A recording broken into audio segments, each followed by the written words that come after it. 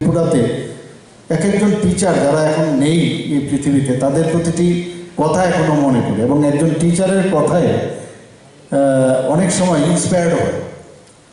Football গ্রাউন্ডে উমাকান্ত স্কুলে football খেলছিলাম, যে কোনো কারণে হঠাৎ একটা ভালো গোল করলাম বা খেলছিলাম হয়তো ভালো, এখনও উনি আছেন।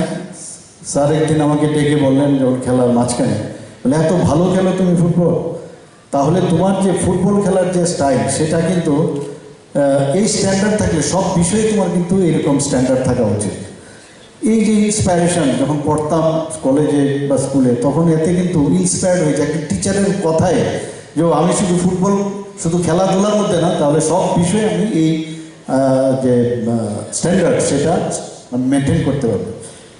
একজন টিচার সাংঘাতিক, একজন টিচার যখন স্টুডেন্টদের মধ্যে এত মনে রেখাপাত করে, আমার এখনও মনে আছে যে ইনোভেটিভ আইডিয়া তৎকালীন সময়ে পুরনো টিচার, এখন তো নেই উনি বলছেন যে আছি খাই আছি যাই আছি আছি থাকলেই হ্যাড বা হ্যাজ লাগিয়ে দেবে, পাস্ট পার্টিসিপল আর সাথে পাস্ট পার্টিসিপল লাগিয়ে দেবে, তাহলেই হয়ে যাবে।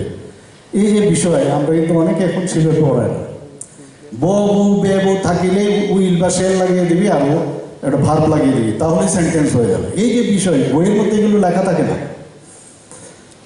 অদ্ভুত টিচার।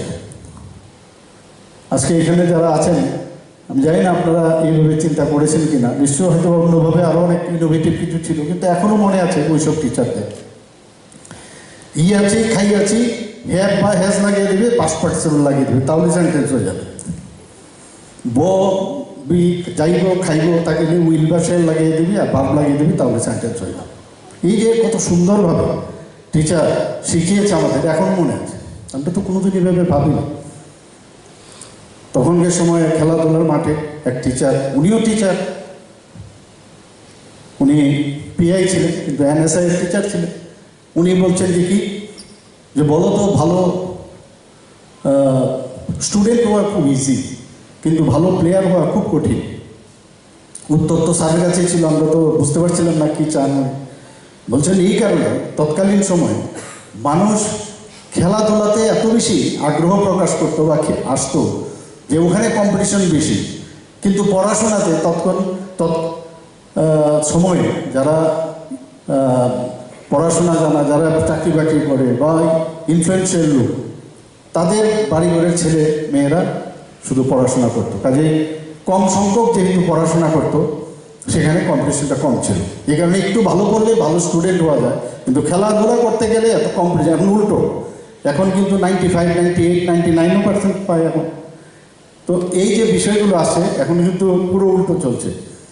এগুলো আজকের দিনে মানে বলতে ইচ্ছে করছিল, শেয়ার করছি আপনাদের সাথে। যখন কলেজে প্রফেসর হলাম, কি পড়াবো কিছুই বুঝতে পারছিলাম না। আমাদের মেডিকেল কলেজে তো বিএড করারও কোনো চান, এমই করারও কোনো এরকম সিস্টেম নেই। তো কলেজে যখন গেলাম, একজন খুব নাম করা একজন ডাক্তারবাবু প্রফেসর, ওনার ক্লাসের জন্য আমরা মানে বসেছিলাম যে সার্জারি কী পড়াবেন আজকে, খুব মনোযোগ দিয়ে বসেছিলাম। উনি বইটা খুলে, একটা সাবজেক্টের বই খুলে বলে, this is the first page and this is the last page and you have to read by yourself, if you feel any difficulty you can come to me. বলেই উনি চলে গেলেন। অদ্ভুত অদ্ভুত টিচার। বলে within 45 minutes it is not possible to tell you all the details, কাজে তুমি তোমার নিজে পড়তে হবে, না বললে আমার কাছে আসবে, আমি বলে দেবো। তো জীবনের অভিজ্ঞতা এই ধরনের টিচার আমরা পেয়েছি। এবার আমরা বাজেটে যে পিএমসি প্রকল্পের মাধ্যমে আমরা প্রতিটি ব্লকে একটি করে মডেল স্কুল স্থাপনের আমরা উদ্যোগ নিয়েছি এবং 2023-24 অর্থ বছরে 50 কোটি টাকা আমরা তার ব্যয় বরাদ্দ আমরা রেখেছি। যারা দুর্বল এবং অনগ্রসর ছাত্রছাত্রীরা আছেন তাদের জন্য আমরা অনলাইন ভর্তির আবেদনের যে সুযোগ, ওয়েব অ্যাপ্লিকেশন পোর্টাল আমরা তৈরি করেছি। 2022-23 অর্থ বছরে যারা রাজ্য সরকার ছাত্রীদের মধ্যে আমরা প্রায় 44,600 বাইসাইকেল আমরা বিতরণ করেছি। টোটাল এখন পর্যন্ত প্রায় 1 লাখ বাইসাইকেল আমরা দিয়েছি। এবং সাইকেল টু গার্লস স্টুডেন্ট প্রকল্পটি 2023-24 অর্থ বছরে চালু থাকবে। এর জন্য প্রায় 9 করোড় আমরা রিভার বাজেটে রেখেছি।